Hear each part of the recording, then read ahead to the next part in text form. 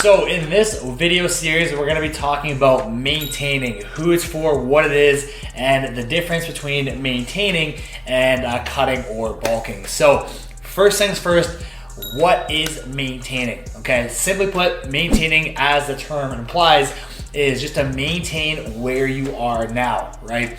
Maybe you've just come off a long cutting phase or a long bulking phase. You want to maintain, you like the way you look right now, then that is what maintaining is. Easy enough, right? So who should be maintaining? Ideally, like I just said, anyone that likes the way they look now, or they want to take a break, or maybe they're doing a lot of travel or social events, or they want to focus on their job or whatever it is. Those are the ideal people that should look into maintaining, because bulking and cutting are obviously more effort required to achieve those results. Obviously with cutting, you got to be strict with counting your calories, macros, you got to be doing cardio, all that stuff. Bulking, likewise, you have to be making sure you're in a calorie surplus, tracking, and obviously focusing on progressive overload. Versus maintaining is very easy, right? That's the beauty of kind of getting to your goal physique, is once you're there, you put in the work. Obviously the hard part is making that change in your body from maybe losing weight or building muscle, whatever it is. Once you're there though, it is very easy to maintain. We'll talk about in the next video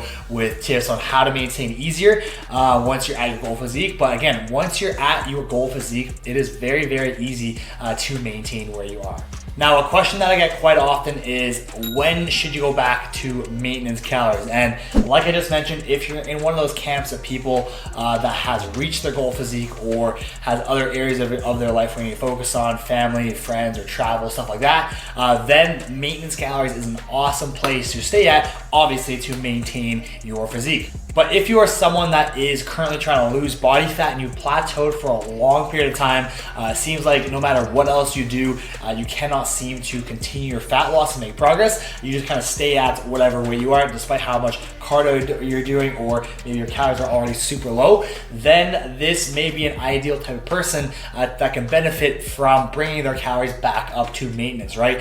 This will definitely help you kind of reset your metabolism, your hormones, kind of get back to baseline, and kind of help you kind of break that plateau after what is known as a diet break, right? So just going a week or two back up to maintenance calories can really help you overcome the plateau in the long run. Makes it more sustainable as well. So again, just bring up your calories back up to maintenance for a week or two to let your body's hormones kind of go back to baseline, which will then make, once you restart that diet, a lot easier to break that plateau. So again, if you are someone that one has reached their goal physique, maybe has other areas of their life where they focus on, their work, travel, whatever it is, and you aren't able to train as often, or if you are someone that's plateaued for a long period of time, trying to lose body fat, then I would suggest taking a diet break, 7, 10, 14 days, just going back up to maintenance calories, just so you let your body kind of reset and your hormones kind of go back to baseline, to then make the breaking that plateau a lot easier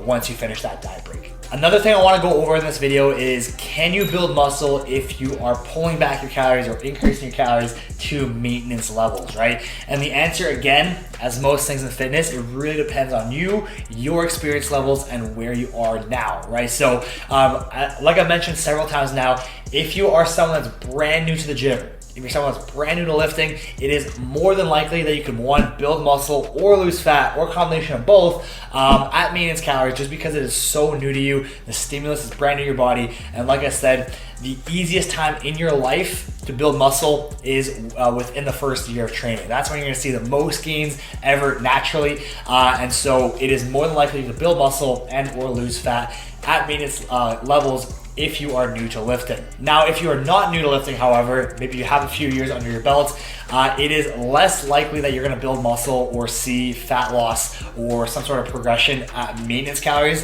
Kind of the whole point of being a maintenance calories is to maintain where you are now. But if you are, the more advanced you are, the less likely it's gonna be. It's not gonna happen if you have like 5 years of training experience under your belt. You have to be in a calorie surplus if you wanna build muscle, gain weight, or if you have to be in a calorie deficit if you wanna lose weight and lose body fat, right? So really the only exception to the rule here is people that are brand new to the gym, brand new trainees. Those are the type of people that can expect to build muscle whilst at maintenance calories. However, the more experienced you are, the less likely it is, and you're gonna have to focus on being in a calorie surplus, bulking phase, or calorie deficit cutting phase in order to move your weights and progress. Now, what about the opposite? Is it possible to lose body fat at calorie maintenance? And unfortunately, unless your energy expenditure is increasing, then no, it is not. Like I mentioned, the rule is you have to be in a calorie deficit if you want to drop weight, if you want to lose body fat, right? Unless you are increasing your energy output, you're more active in the day, you're getting more steps, maybe doing a couple of cardio sessions, then no, you will not be in a calorie deficit, even if you're eating the exact same amount of calories, right? You have to be kind of creating that deficit by either lowering the calories or increasing the energy output. That's what creates that calorie deficit needed in order to lose weight. So the answer is, unfortunately, no, you cannot lose body fat if you are at calorie maintenance. You have to be in a calorie deficit.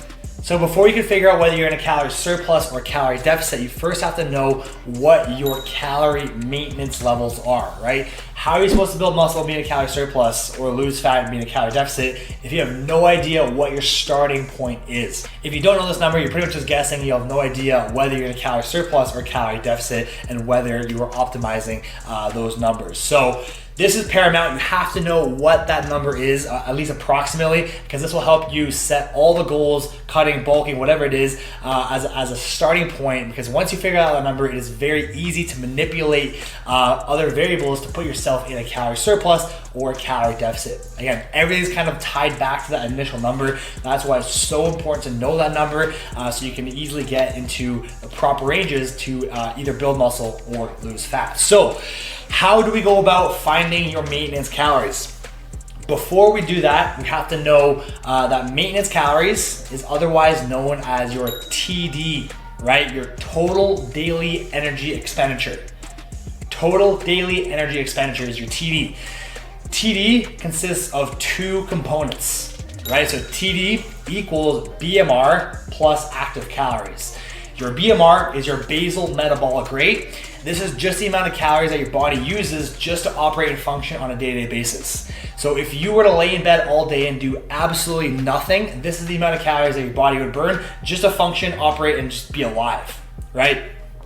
The second part of that equation is your active calories. How many calories are you burning actively on a day-to-day basis, right? Your cardio, your workouts, anything active that you do, your needs, all contributes to your active calories, right? So these two things combined yields your TD, your total daily energy expenditure. Your TD is your maintenance calories. So if you were to consume the exact number of calories in food as your TD, then you will not gain or lose weight. You will maintain that exact weight because that you're consuming, your intake and your output is the exact same, right? So again, you have to know what your maintenance calories are, your TD. To find this number out, again, there's two parts, your BMR and your active calories. To find your BMR, this is relatively easy. You can go on Google, type in BMR calculator. There's tons that'll pop up. And I would suggest trying out 3, 4, or 5 different websites and kind of seeing what the average of those websites give you. Most will probably be within 100 of each other. So again, try 3 or 4 and then just take the average of those, and that'll give you a rough ballpark number of what your BMR calories are. For me personally, it's about 2,000, 2,100. So that just means if I were to do absolutely nothing all day, I would burn 2,000 calories by doing literally nothing. So the second part of that equation, so we have the BMR figured out, is the active calories. Now this is unfortunately the tricky part as of right now. It is very difficult to know how many calories you are actively burning, right? Even if you have a smartwatch like an Apple Watch here or a Fitbit or your iPhone, whatever it is very difficult to accurately assess how many calories you are burning, right? So what I would suggest with this is it's totally fine to use a smartwatch or whatever you want, as long as you're consistently using that, right? If you're, let's say one day you use an Apple Watch, the next day you use like, I don't know, Fitbit, these can be drastically different. So as long as you're consistently inconsistent, that's all that matters, right? From there, you can easily still manipulate those calories to be in a calorie surplus or calorie deficit. But again, you have your BMR. The active calories won't be as accurate, but it'll give you a very rough range of what you're burning. And then it's kind of just trial and error from there, right? So let's say you have, you figured out your BMR is 2,000, and let's say your Apple Watch says you're burning 500 calories a day. So theoretically, your TD is 2,500.